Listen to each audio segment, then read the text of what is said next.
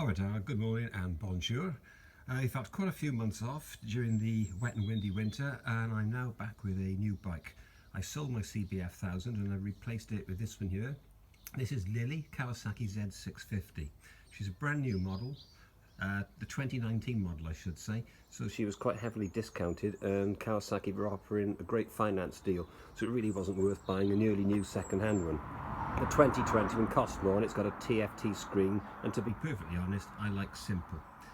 So I'm doing a short video here of, really it's going to be part one of a long-term test of the bike. Why did I change? Well, the first reason was pure emotion. Having a new bike gives you the sort of same buzz as having a night of passion with a Playboy centerfold.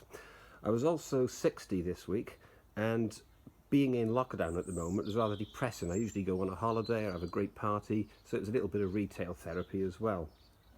In terms of logical reasons, the CBF was getting old.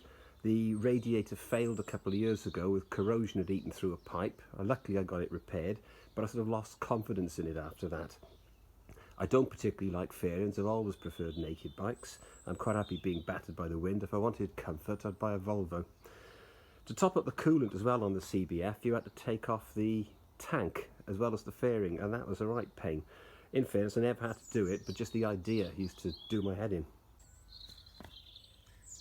The clutch is as light as a feather, which is really good. Top speed, I would think, is around 120 mile an hour, maybe 125. But to be perfectly frank, anyone who can, if you can hold 60 mile an hour around the Sandovery bends, you're doing really well. You're doing better than me. Nice gearbox on it as well.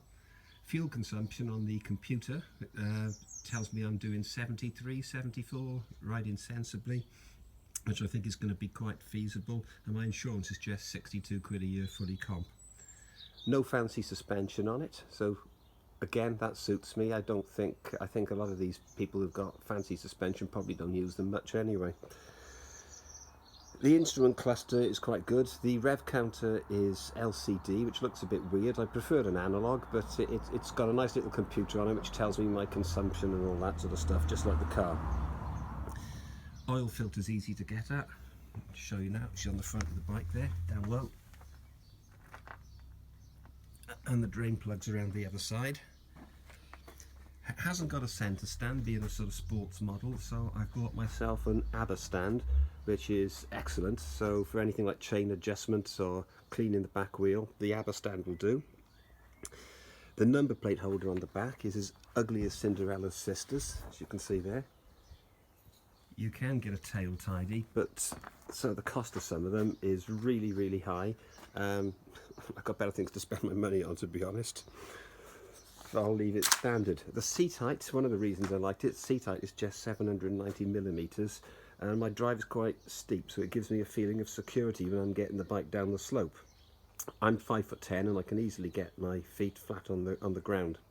Riding position is upright, and I haven't done a long journey yet because of the lockdown rules, but the seat does feel quite hard. I'll let you know how it performs when I can do a longer run. In terms of engine performance, the engine turns out 67 brake horsepower and 64 Newton meters, I think, from memory torque, and it weighs 188 kilograms, which is 36 kilograms less than my CBF. The fuel tank is 15 litres, and again, if you're riding sensibly, you should be able to achieve a range of over 200 miles on that.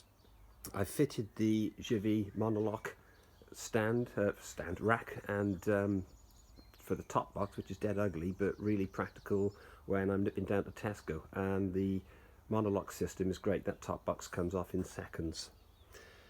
So I'm going to go out for a spin on it probably later on today, and long term I'll let you know how the bike performs.